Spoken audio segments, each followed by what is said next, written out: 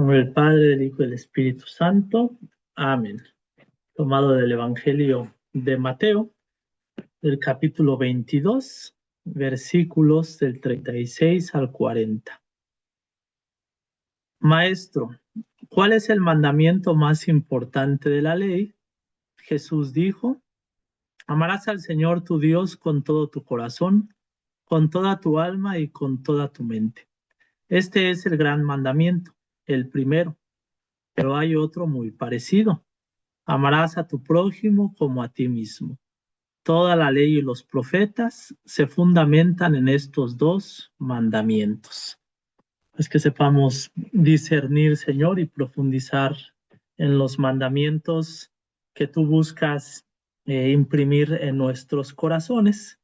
A través de este recorrido de los 10 mandamientos, nosotros podamos entender y experimentar el gran amor que tienes por cada uno de nosotros. En el nombre del Padre, del Hijo y del Espíritu Santo. Amén. Entonces estamos haciendo un recorrido de los 10 mandamientos y que en esta propuesta de interpretación de los 10 mandamientos, lo que estamos buscando en principio es el conocimiento personal. ¿Ya?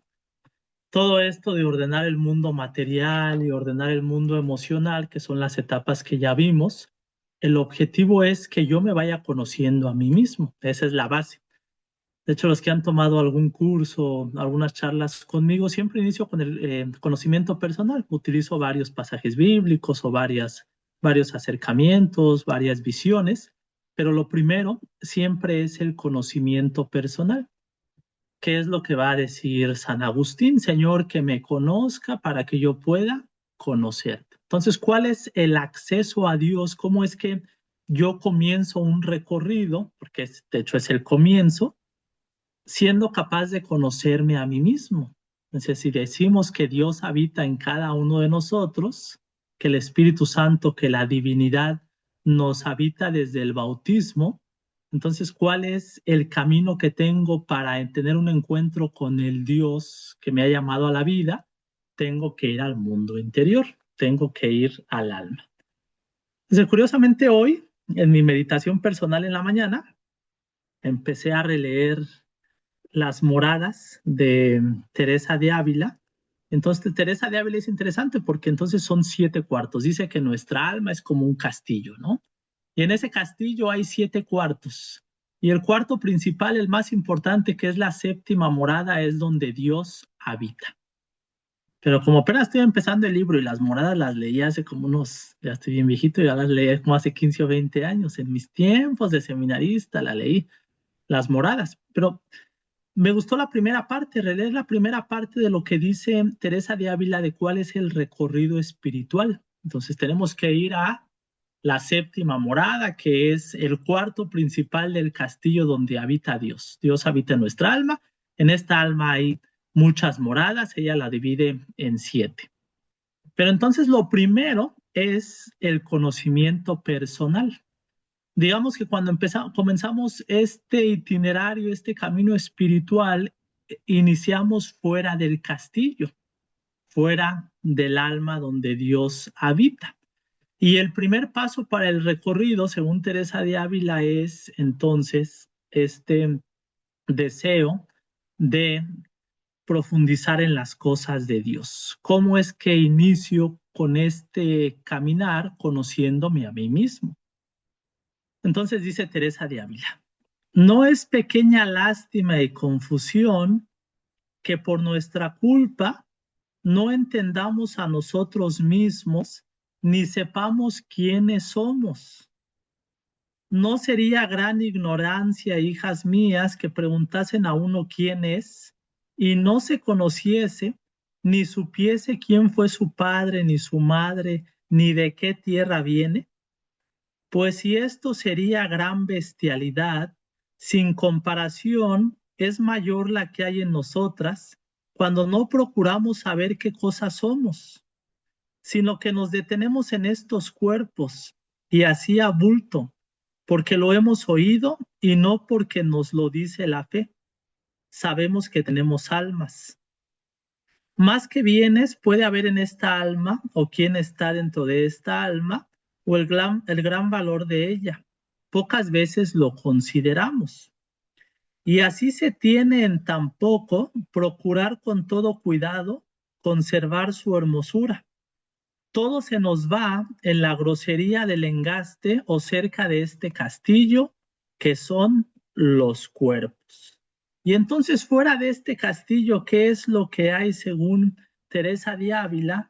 Hay bestias y hay animales que están custodiando este castillo. Entonces, cuando no hay conocimiento de mí mismo, cuando no profundizo en quién soy y no voy al mundo interior que es el alma, me quedo fuera del castillo y entonces la costumbre, dice Teresa de Ávila, es tratar con sabandijas y bestias, que son las que están cercando el castillo, y con ser de natural tan rica y poder tener su conversación, no menos que con Dios, y entonces no hay remedio. Entonces, el principio para poder entrar en este castillo, según Teresa de Ávila, es el conocimiento personal. Por eso, la cuaresma, que es tiempo de ayuno y penitencia, me empuja al mundo interior. El privarme de ciertos placeres, el privarme de alimentación, el poder hacer algo de sacrificio, me ayuda para entender y no quedarme en el mundo exterior, diría Teresa de Ávila, sino poder ir al mundo interior. Y entonces para esto ya compartí la próxima semana, ya estoy en la próxima semana. Compartí la semana pasada que los 10 mandamientos los vamos viendo como un itinerario, de tal manera que estamos buscando llegar al primer mandamiento, pero lo primero entonces dijimos que en el 10º mandamiento, solo para hacer un repaso, tenemos que ordenar nuestro mundo material para no quedarnos solo en relación con el exterior. Una vez que hemos ordenado nuestro mundo material que pertenece al 10º mandamiento, vamos a la segunda etapa donde estamos buscando ordenar nuestro mundo emocional. ¿Cómo ordenamos nuestro mundo emocional? Estando al pendiente de cómo son nuestras relaciones. Estar pendiente de no tener relaciones de apego, porque el apego es miedo.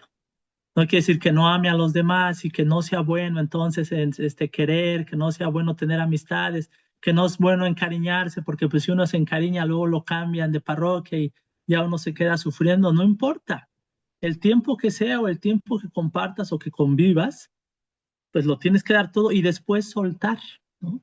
Y después lo que sigue, pues, o sea, guardando en el corazón lo que se ha experimentado. Pero no puede ser que por miedo, porque a veces así pasa, el apego el otro extremo es, no, pues es que todos son iguales, todas son iguales, ya no voy a dar mi corazón, ya no voy a confiar en nadie. No, o sea, con libertad amo y doy lo que hay en mí, pero sin apegarme, sin querer adueñarme ni de las personas, ni de los proyectos, ni de las parroquias, ni de lo que hay a mi alrededor.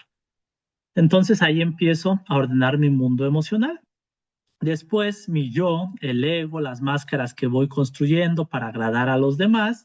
Y terminamos diciendo, que ahí fue un poquito de de no robarás, que decía que tiene que ver con el no robar la experiencia de los demás, no decirles lo que tienen que hacer, no aconsejar, sino esperar a que el otro me pida algún consejo más que quererle decir yo, pues cómo es que tiene que vivir la otra persona, porque la tentación es cuando tengo una experiencia sensible, quiero gobernar sobre la vida de los demás, ¿vale? Entonces fue el ordenar el mundo material, ordenar el mundo emocional, y vamos a la tercera etapa, que es ordenar el mundo mental. Y al ordenar el mundo mental, a esta etapa corresponden los mandamientos, el sexto, el quinto y el cuarto. Los que somos de la vieja escuela se acordarán que cuando fuimos al catecismo, el sexto mandamiento es el más fácil de aprenderse, porque el sexto mandamiento, que es no fornicarás, así nos lo enseñaron antes. Ahora dicen no cometerás actos impuros, pero en la traducción es no fornicarás. Y entonces, este mundo mental, el ordenar el mundo mental comienza con el mandamiento de no fornicarás. que en realidad, desde esta interpretación, tiene poco que ver con la conducta sexual, más bien tiene que ver con lo que hace nuestra mente. Dijimos que la tercera etapa es buscar el mundo mental. Y entonces, fornicar es una hermosa analogía de lo que hace nuestra mente cuando está dispersa. Porque entonces fornicar significa que vivimos controlados por nuestras pasiones o por nuestras hormonas. Es decir, vivimos conducidos o vivimos atados al mundo emocional o al mundo material. Fornicar sería entonces vivir desconectados. Vivir desconectados. Es decir, porque el sexo por el sexo, hablando de esta analogía de la fornicación y el punto de lo sexual, el sexo por el sexo nos desconecta, ¿no? No solo de nosotros, sino de los otros. O sea, no solo nos desconecta de los otros, sino nos desconecta de nosotros mismos. Es vivir controlado por las pasiones, por el mundo emocional y por el mundo material. Y entonces, no fornicar es aprender a ordenar nuestra sexualidad, es saber a quién nos entregamos y cuándo nos entregamos, no dejándonos llevar por nuestras pasiones, por el mundo mental. Fíjense, esto es importante porque entonces el mundo mental, que esto es mucho de la filosofía griega también, porque para los griegos la luz está en la mente, ¿no? La luz está en el cerebro. Y una mente no trabajada es una mente que se prostituye. Entonces, la analogía se me hace muy interesante. O sea, cuando no ordeno mi mundo mental, la mente se convierte en una prostituta. Si la dejamos suelta, se va con lo primero que encuentra. Una mente dispersa, una mente desconectada, se va con lo primero que encuentra. Entonces, por eso es importante ordenar nuestro mundo mental, no estar desconectados, no estar desenfocados. Es vivir el aquí y el ahora. De hecho, es lo que va a decir San Agustín. San Agustín va a decir que nuestra preparación para la eternidad se juega a través del tiempo, porque San Agustín dirá que el tiempo es una abstracción del alma. Es decir, en realidad, ¿qué es el tiempo? Pues es una herramienta que utilizamos de medición para poder interpretar nuestras vidas. Pero lo que nos conecta con Dios sería entonces el eterno presente. Dios es el eterno presente. De hecho, el reino de los cielos es un eterno presente, un eterno estar contemplando la presencia de Dios. Cuando la mente está desconectada, cuando no se ordena el mundo mental, la mente es dispersa. Y entonces una de las tentaciones es no vivir el aquí y el ahora. Dos peligros, la mente se va al pasado. Una mente que está constantemente atorada en el pasado, la consecuencia, una de las consecuencias es la depresión, ¿no? De hecho, así sabemos hoy en día, pues que si estoy demasiado centrado en el pasado, soy muy propenso a la depresión, porque muy centrado en el pasado es la añoranza, es el anhelo, antes, suspirar por lo que hubo antes, pero ya no es. O si hay heridas, estar constantemente repasando esas heridas, esas pérdidas, y entonces eso trae depresión a mi alma. Si estoy demasiado centrado en el futuro, la consecuencia es la ansiedad, ¿no?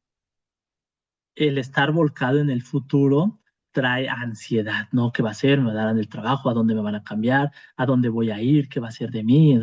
Me trae ansiedad. Entonces, para eso es importante no dejar que la mente esté dispersa, porque si la dejamos suelta, se va con lo primero que encuentra. Hay que saber ¿con quién vale la pena entregarse, no? No vale la pena entregarse con cualquiera.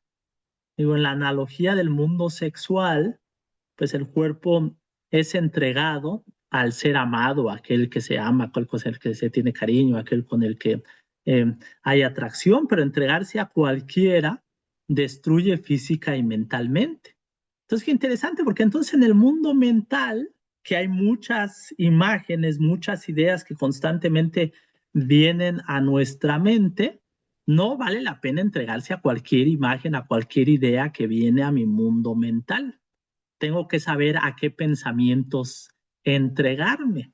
Y esto me parece fascinante. Entonces tengo que estar atento porque no vale la pena irme con cualquier pensamiento que viene a mi mente. Y esa es la belleza de la meditación y de la oración.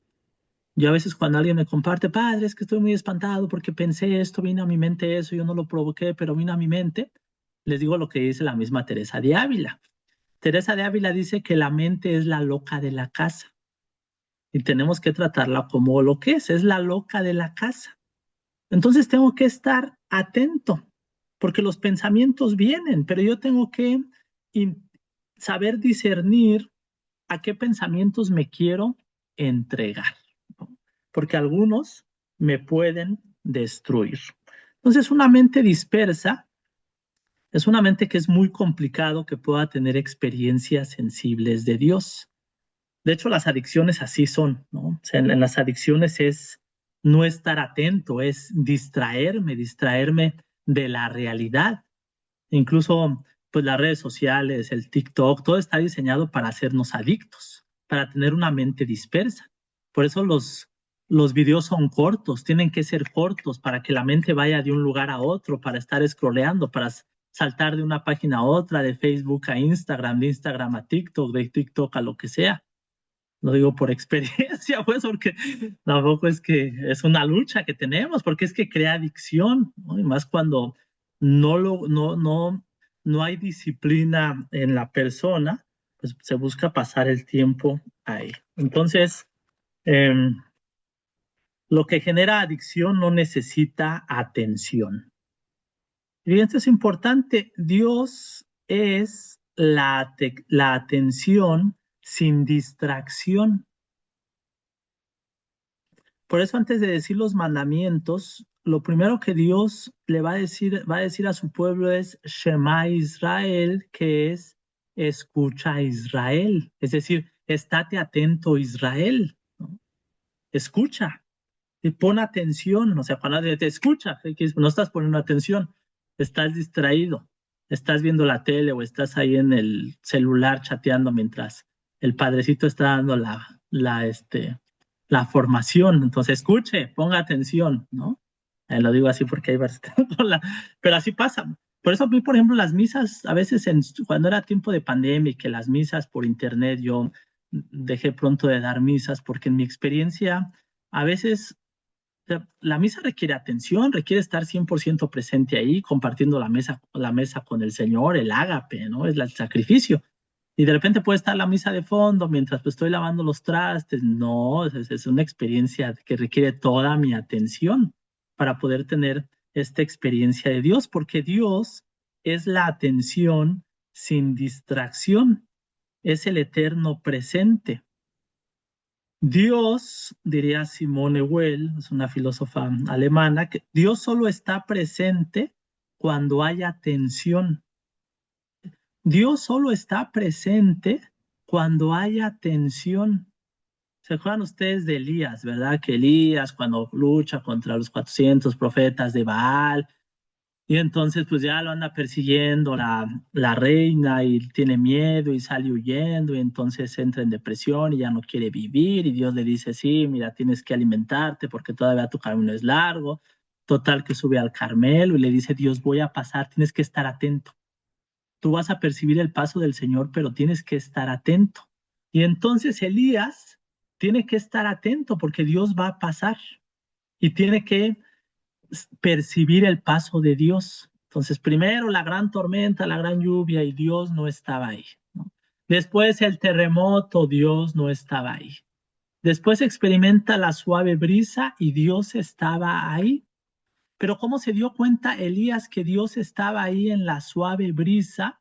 Porque estaba atento.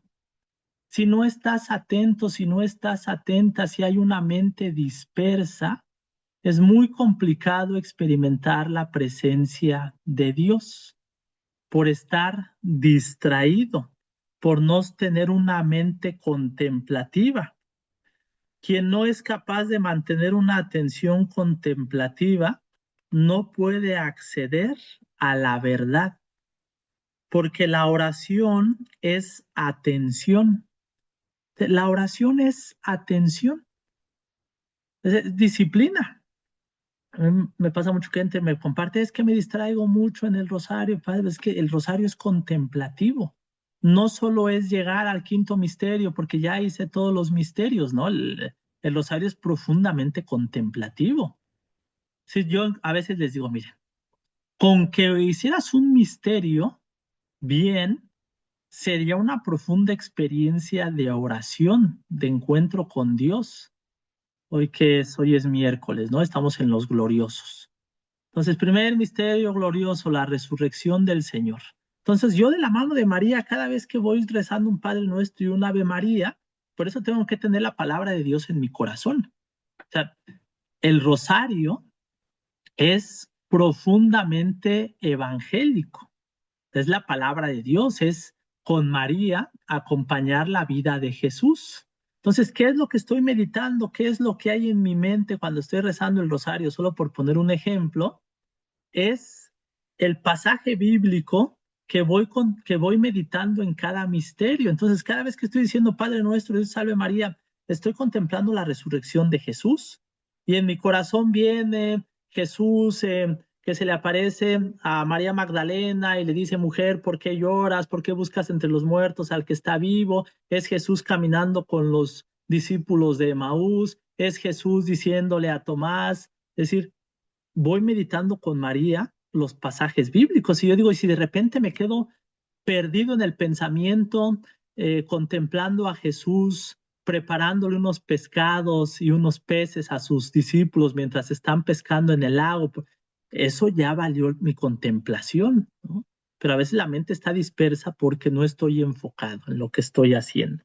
Entonces la oración es atención. La misma Simone Weil desarrolla lo que se llama la ética de la atención. Dice esta mujer que 15 minutos de atención tienen más peso que buenas acciones. Eso es bastante profundo y bastante complejo. 15 minutos de atención tienen más peso que buenas acciones. ¿Por qué?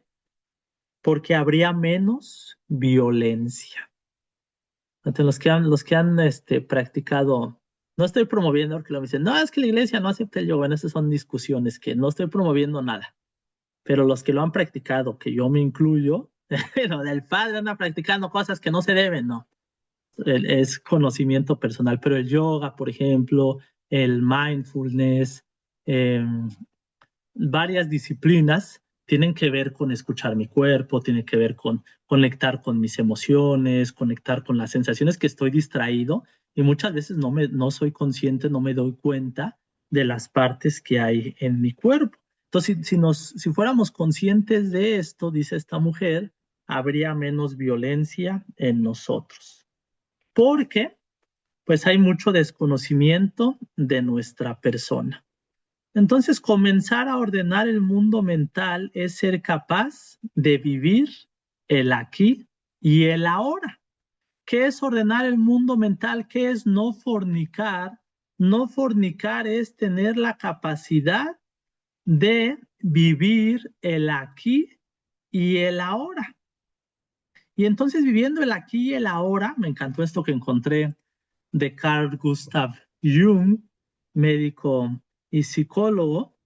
Dice que hasta que lo inconsciente no se haga consciente, tener una mente disciplinada es hacerme consciente de lo que no soy consciente.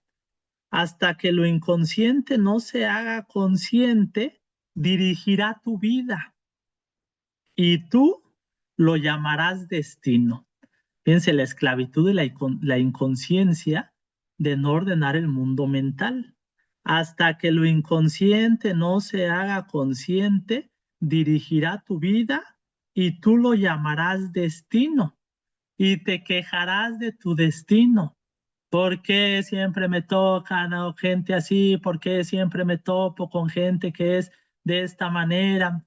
No, lo que no se repara, se repite. Y entonces la conciencia, el conocerme, el estar atento, eh, me ayuda para poder experimentar la presencia de Dios. Entonces, este mandamiento nos habla de vivir conectados, enfocados y presentes. Segundo mandamiento del mundo mental, de ordenar el mundo mental, es no matarás. Cuando alguien está presente, viviendo el aquí y el ahora, el paso a seguir es amar, honrar y cuidar la vida. Es reconocer que toda vida es valiosa, que toda vida tiene una función que cumplir en el universo y que incluso el primer signo de conexión es darte cuenta que toda vida, por pequeña que sea, es valiosa. Los que han tenido un encuentro, que han ido a algún retiro, una experiencia fuerte de Dios, no sé si les ha pasado, sales del retiro y sientes que amas a todo mundo, ¿no? Hasta el sol brilla distinto y los arbolitos se ven distintos y sientes que eres todo amor, todo paz, después pues se va pasando, ¿no? Pero tienes una experiencia así de que quisieras amar a todo mundo, quisieras compartirles, hasta los pajaritos percibes el olor, iba a decir, percibes el sonido de los pajarillos, es decir, hay una experiencia sensible que te transforma.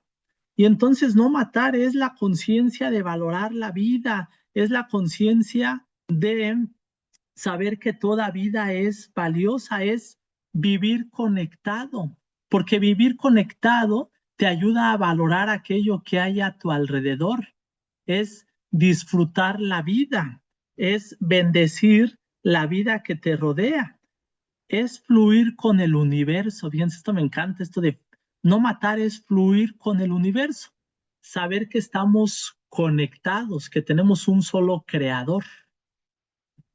La verdadera religión une, no separa.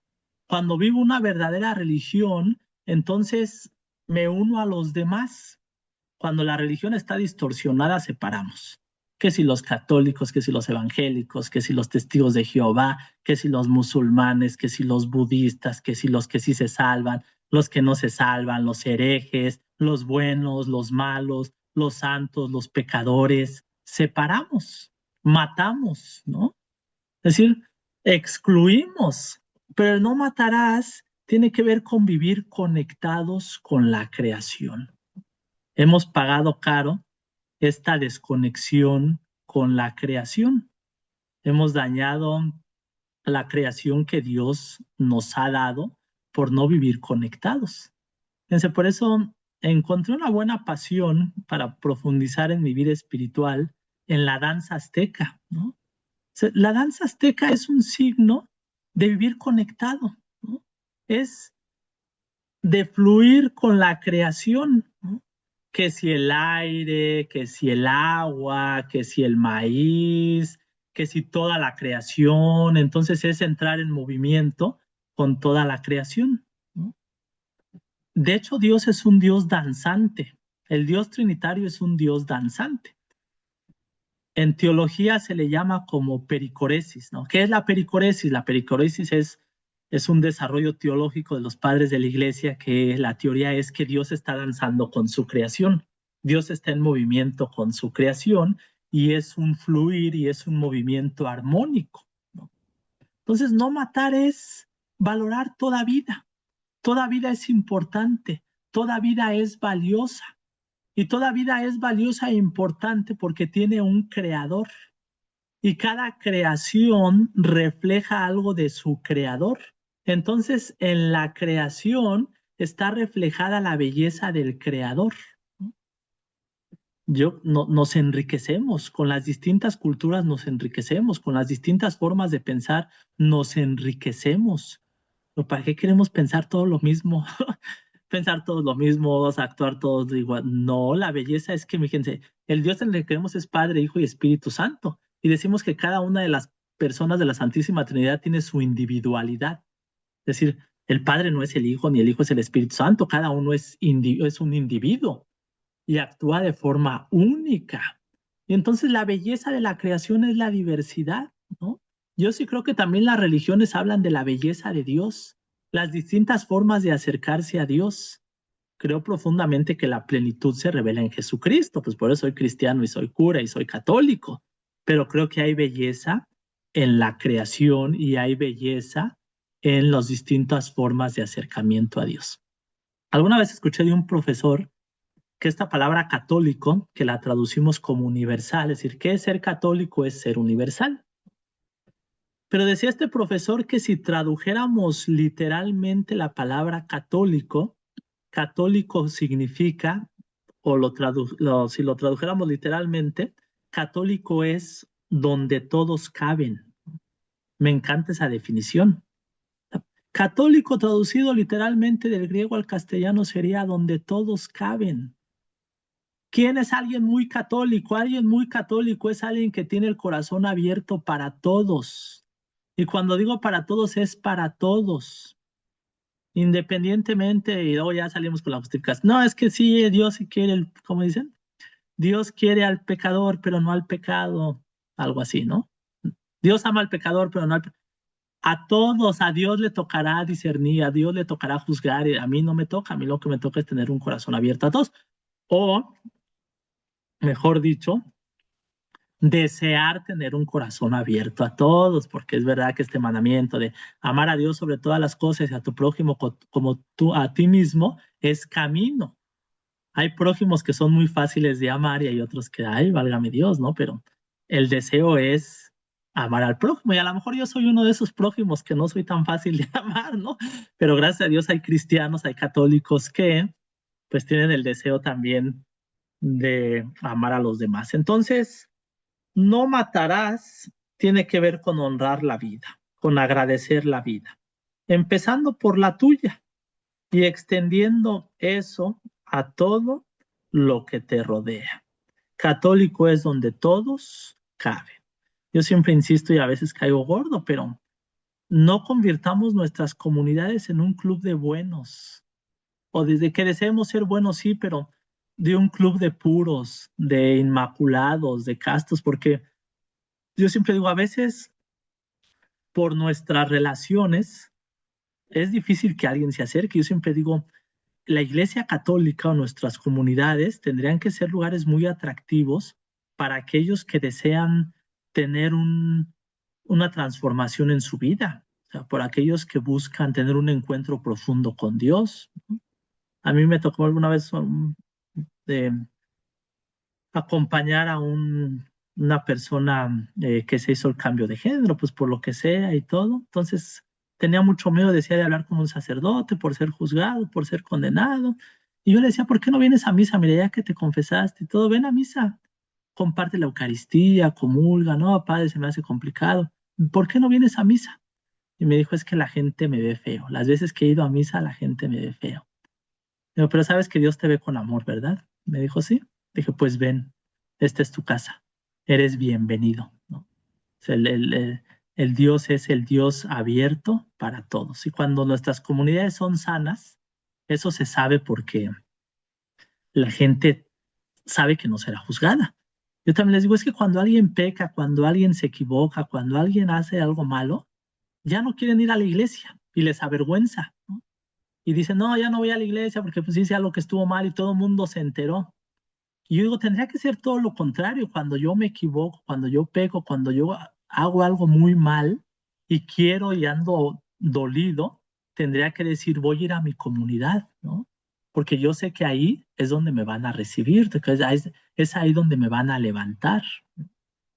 No es secreto que hay curas que han dejado, digo yo, para defender a los míos, ¿no? Porque en la casa como dicen, en la casa del jabonero el que no cae resbala. Pero hay casos de curas que dejan el sacerdocio y son como traidores, pecadores, ni de chiste los recibirían en las iglesias donde estuvieron sirviendo. porque ¿cómo? Y yo a veces digo, nos interesa más la imagen, nos interesa más la fama de nuestra iglesia o de nuestras iglesias que las personas, ¿no? Y entonces el otro, pues convivo, me sirvo en la medida que sea bueno. Si ya no es bueno y no entra en los estándares nuestros, pues entonces ya no es bien recibido. Y yo diría que ahí faltamos al mandamiento, quinto mandamiento, que es no matarás.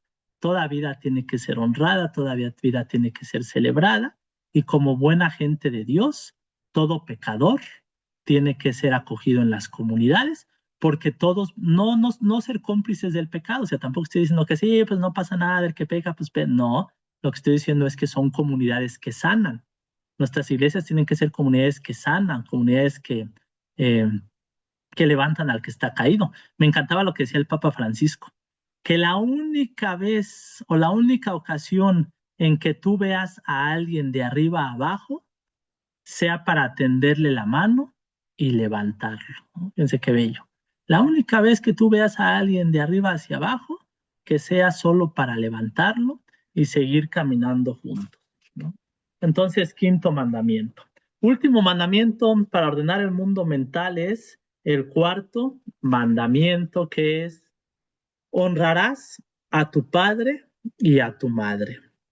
De hecho, el mandamiento literal, si van a la Biblia, dice, honra a tu padre y a tu madre para que tengas una vida larga y feliz en la tierra que Yahvé tu Dios te va a dar. Ningún mandamiento ofrece recompensa. Lo tienes que cumplir, lo tienes que cumplir y ya. O sea, nada de que, mira, si haces bien ahí te va una recompensa o te vas a ganar tal cosa. No, los cumples y ya porque son mandamientos, son imperativos. Pero el único mandamiento que ofrece recompensa, incluso fíjense, ni el primer mandamiento, que es amarás a Dios sobre todas las cosas, ofrece recompensa. El único mandamiento que ofrece recompensa es el cuarto. Honra a tu padre y a tu madre para que tengas una vida larga y feliz en la tierra que Yahvé tu Dios te va a dar. Si no estoy en paz con mi padre y mi madre, no puedo estar en paz con la vida, pues ellos son mis raíces. Pero entonces, según esta teoría, este mandamiento lo hemos entendido mal porque en la visión occidental, padre y madre eran papá y mamá, pero para los judíos, padre y madre significan todos los ancestros. Cuando tú honras la vida, lo primero para empezar a amar y cuidar de la tuya es agradecer a todos tus ancestros que han hecho lo posible para que tú estés aquí. Honrar a tu padre y a tu madre es agradecer, honrar a tus ancestros, todos aquellos que hicieron posible que tú estuvieras aquí. Es descubrir que tu vida es un milagro del universo, de muchas conexiones con todos tus ancestros. Si alguien de tu linaje no existiera, tú tampoco existirías. Entonces, a veces echamos la culpa, ¿no? Al papá que abandonó a los hijos.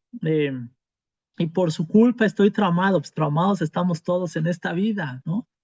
Pero gracias a ellos estoy aquí. Yo, por ejemplo, no conocía a mi abuelo paterno, pero gracias a él estoy aquí. Bendito Señor que, pues, gracias a él, ahora sí, como decía, ¿quién decía? Haya sido como haya sido, no decía Calderón. O sea, haya sido como haya sido, gracias a él estoy aquí y tengo la dicha de tener la existencia y de poder conocerlos a ustedes y de ser cura y de disfrutar de la vida. Y bendito hombre, por él estoy aquí, entonces tengo que honrarlo, tengo que bendecirlo, haya sido como haya sido. Pues a mí me gusta la genealogía de Jesús en el Evangelio de Mateo y sobre todo las mujeres que aparecen en esa genealogía.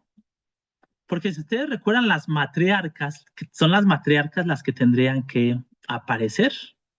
A ver si me acuerdo, ¿no? Es Sara, es Rebeca, es Raquel y es Lía. Son las cuatro matriarcas, pero no aparecen en la genealogía de Jesús. En se aparecen cuatro mujeres que son extranjeras y no de buena fama. Aparece Rahab.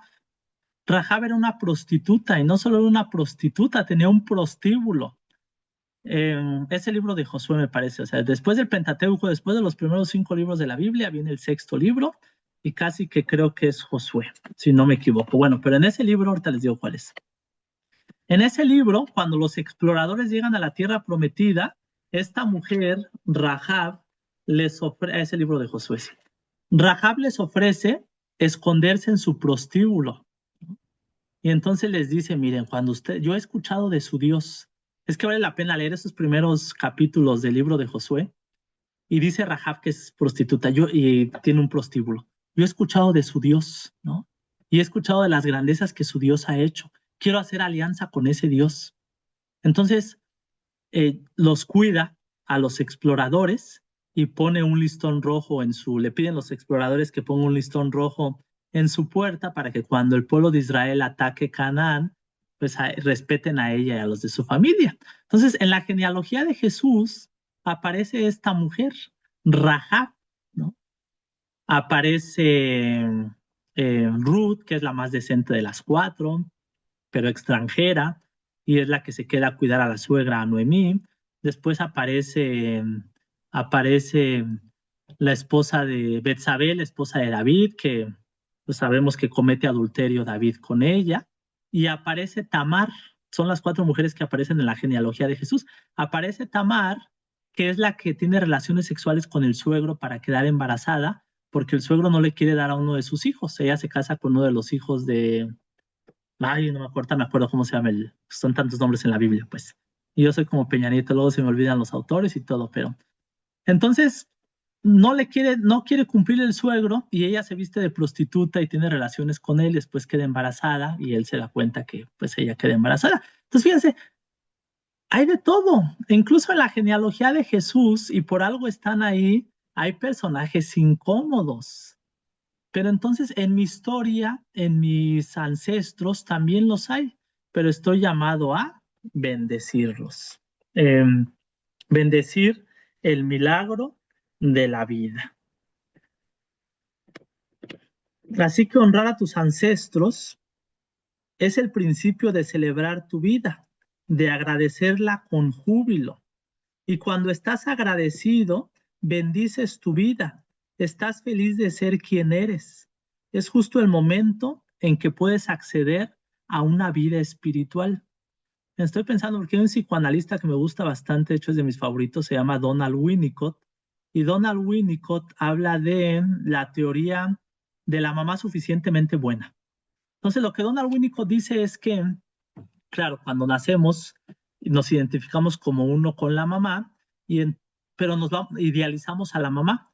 Pero después cuando vamos avanzando en la vida nos damos cuenta que nuestra mamá no es perfecta, ¿no? Que nuestra mamá es el primer trauma de la vida, diría este hombre, este psicoanalista Donald Winnicott. Entonces el primer drama que tenemos en la vida, la primer crisis, es que nos damos cuenta que nuestra mamá no es perfecta y que es muy imperfecta. Pero entonces el desafío en la vida viene en que yo me doy cuenta que mi madre no me puede amar como yo quisiera que me amara. El amor de ella es imperfecto. Se rompe este idealismo en el niño de pensar que la mamá es perfecta y eso es duro.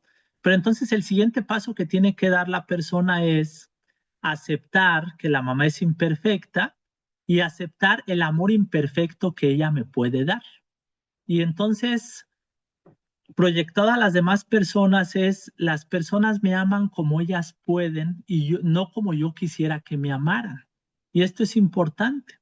Acepto el amor limitado de las personas, acepto el amor imperfecto de las personas. Entonces quedo sanado cuando acepto que mi madre es suficientemente buena. No es perfecta, es suficientemente buena. Y así el amor de todas las demás personas. Mis ancestros, pues hay algunos de los que estoy muy orgulloso y digo, oh, qué buena onda, estoy muy orgulloso de esta personaje que fue. Y hay otros que dices, ay, Virgen Santa, pero son parte de mi historia, son parte de quién soy y los tengo que honrar, porque incluso dentro de mí hay cosas que son positivas y hay cosas que son negativas. Las sombras y las luces tienen que ser integradas en mí. Yo tengo que aceptar que en mí hay luz, y en mí hay sombra también. O sea, eso no se me va a quitar hasta que llegue a la presencia de Dios. Tenemos 10 minutos porque hoy sí quiero terminar con los 10 mandamientos. Entonces, ya que ordenamos el mundo mental, iniciamos con el mundo espiritual, que son los últimos 3 mandamientos. Y el primer mandamiento para ordenar el mundo espiritual es el tercer mandamiento, que es santificarás las fiestas. Al mundo espiritual solo puede entrarse con alegría, con celebración, con júbilo y regocijo. De hecho, es la cuarta morada de Teresa de Ávila. Teresa de Ávila dice que después de que estoy en las afueras del castillo y después comienzo a hacer oración, pero hay tentaciones y hay luchas y siento que doy un paso hacia adelante y un paso hacia atrás, pero paso a la siguiente morada, que es la tercera, que es cuando yo persevero aún en mis debilidades, aún en mi pecado, aún en mis defectos, llego a la cuarta morada. ¿Cuál es la cuarta morada? Es la experiencia de la alegría, la experiencia del gozo, la experiencia sensible de Dios. Al mundo espiritual solo se puede entrar con alegría, con celebración, con júbilo, porque cuando no hacemos el recorrido de ordenar nuestro mundo material, nuestro mundo eh, emocional y nuestro mundo mental, de repente entramos en la vida espiritual con un enojo tremendo, ¿no? Todo es pecado, todo le enoja a Dios, Él quiere que todos suframos, que ya vamos a entrar en las siguientes dos sesiones sobre el tema del sufrimiento y ya veremos la dimensión, un poco la dimensión teológica del sufrimiento, pero la primera experiencia de Dios es de gozo, es de buena noticia. Por eso se llaman evangelios. La palabra evangelio es de origen griego y evangelio es buena noticia. Dios es buena noticia.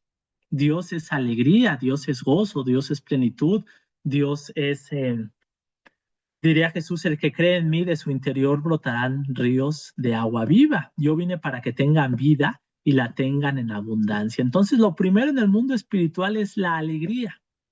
Ya la vida misma después traerá con sus sufrimientos, sus pruebas, pero al mundo espiritual se entra con alegría. Por eso los judíos tienen tantas fiestas y nosotros los católicos también.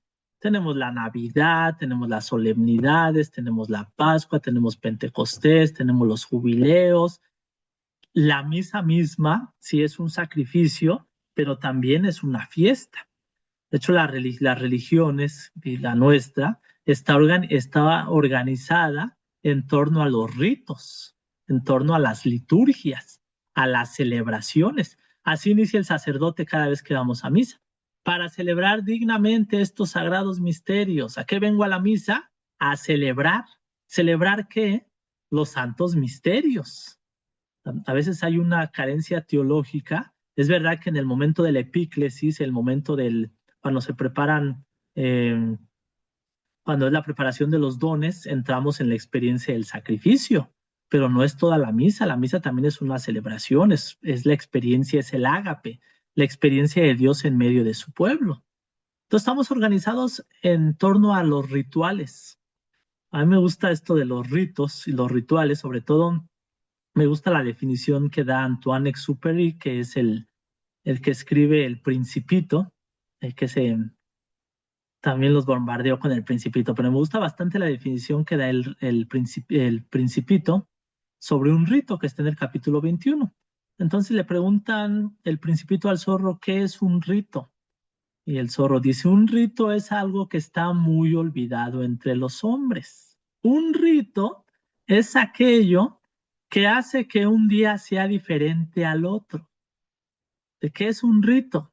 Un rito es aquello que hace que un día sea diferente al otro. Permíteme hacer un paréntesis. Los que fueron a misa el domingo pasado vieron la transfiguración. Es el capítulo 17 de Mateo. Si ustedes leen un poquito antes de cómo termina cómo termina el capítulo 16 de Mateo, dice que Jesús les anuncia a sus discípulos que el Hijo del Hombre tiene que ser entregado en manos de pecadores y tiene que sufrir mucho y anuncia su muerte. Y entonces están en una crisis tremenda los discípulos. El capítulo 17 de Mateo comienza diciendo que después de 6 días, Pedro, Santiago y Juan suben al monte con Jesús, después de 6 días. Y sabemos el simbolismo fuerte que hay en la Biblia del séptimo día. El séptimo día es el día de descanso, es el día dedicado a Dios, es el día dedicado al Señor. Entonces, ¿dónde se transfigura Jesús? ¿En qué día se le transfigura a Jesús a sus discípulos después del sexto día, es decir, el séptimo día, lo que nosotros los católicos llamamos el domingo, ¿no? O el Sabbat, pues sería con los judíos el día del descanso. Entonces es un día que hace que todo sea diferente, porque vienen de crisis los discípulos, vienen de angustia, vienen de sus luchas, vienen de no entender lo que Jesús les está revelando. Pero en el séptimo día pasa algo diferente, hay una experiencia distinta. Cierro el paréntesis de la transfiguración del Señor y entonces vamos al rito. Un rito es algo que hace que un día sea diferente al otro. Y entonces le dice, porque todo esto del principito es un diálogo entre el zorro y el principito, y entonces el principito le dice, tú tienes que decirme a qué hora vas a venir a visitarme.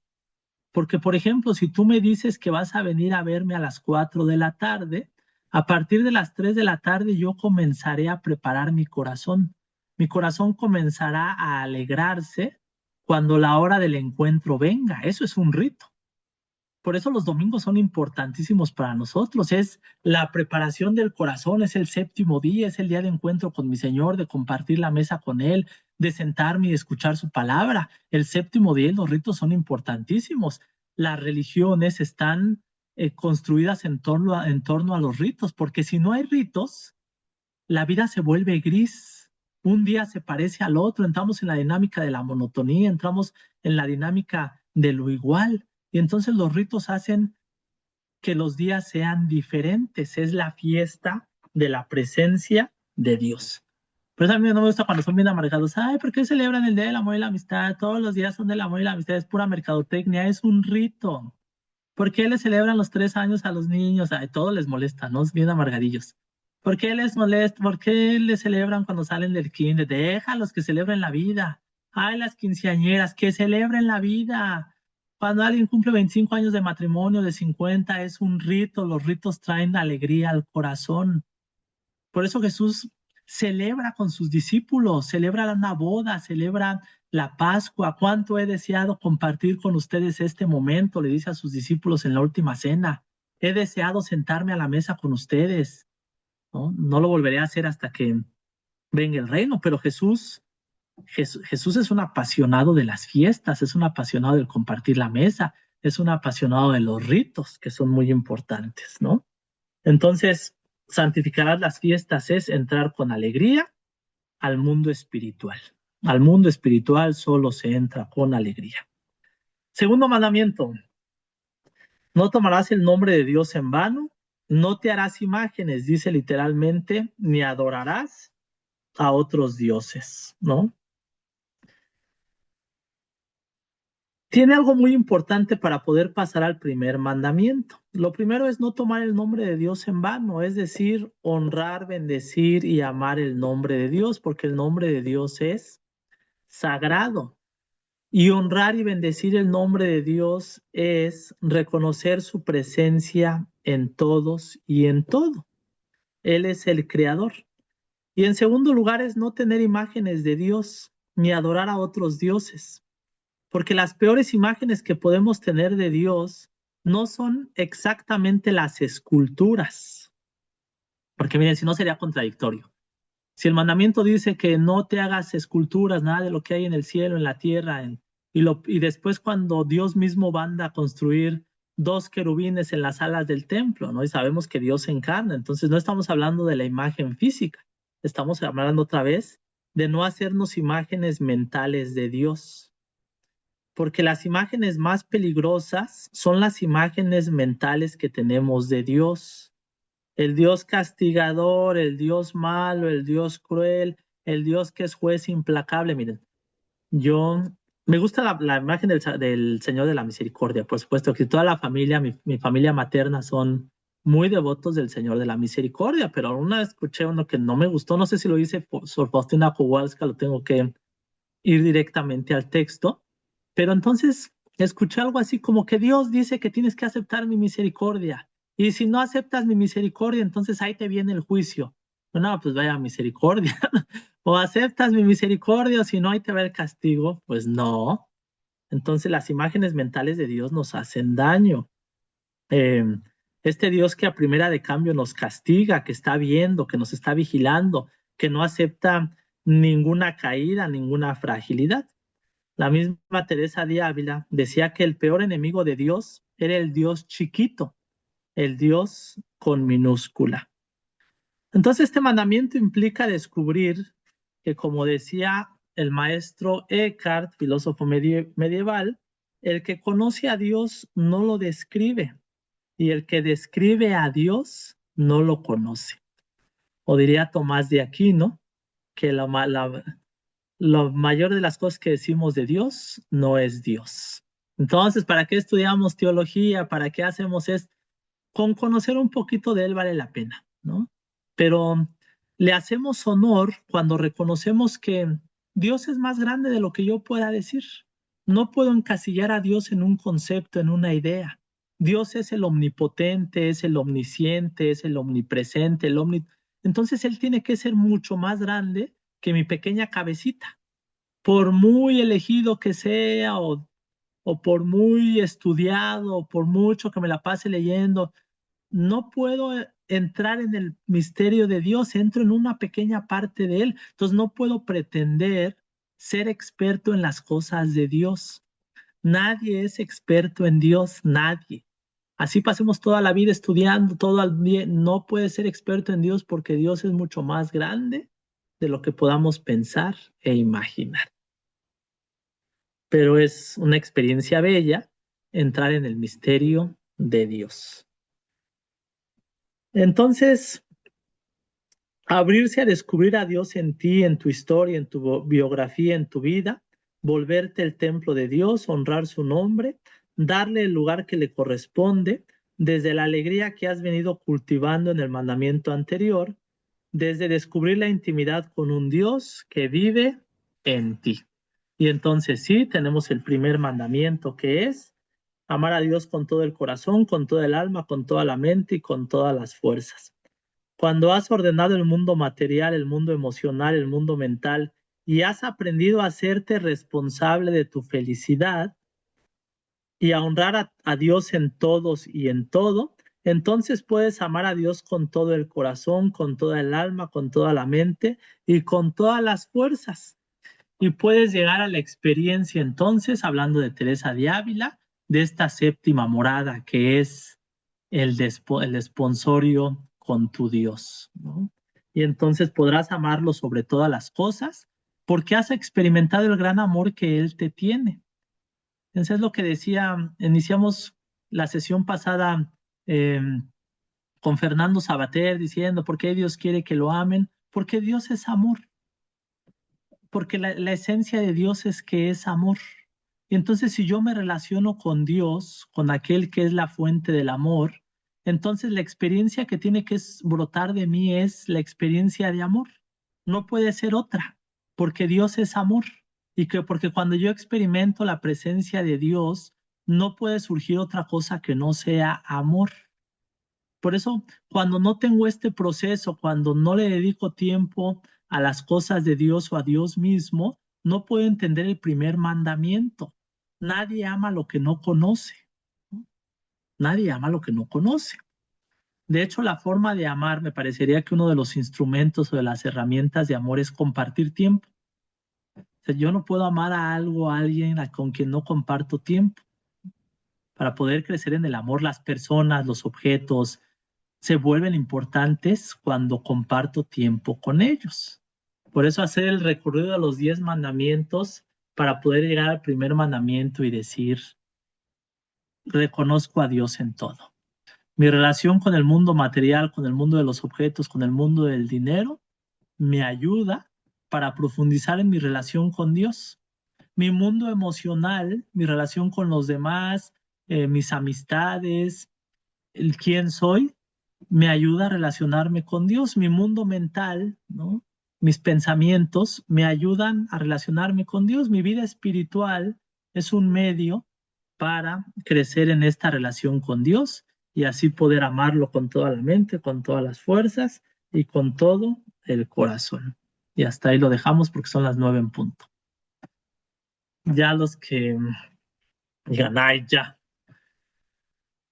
cumplieron con su clase. Si tienen preguntas, dudas, nos quedamos unos 5 o 10 minutos. Si alguien tiene algún comentario. Ya hoy terminamos con los 10 mandamientos. Esto que estoy leyendo y que les he ido compartiendo, el documento que nos dio Charo Alfaro se llama. Terminando la sesión se los voy a compartir en el chat y ahí ustedes pueden pues releer lo que hemos trabajado.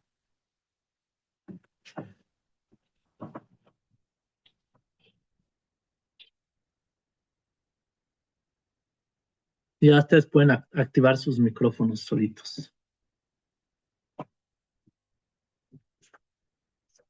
Bueno, voy a dejar de grabar así que así sirve que en las grabaciones nomás sale 1 hora.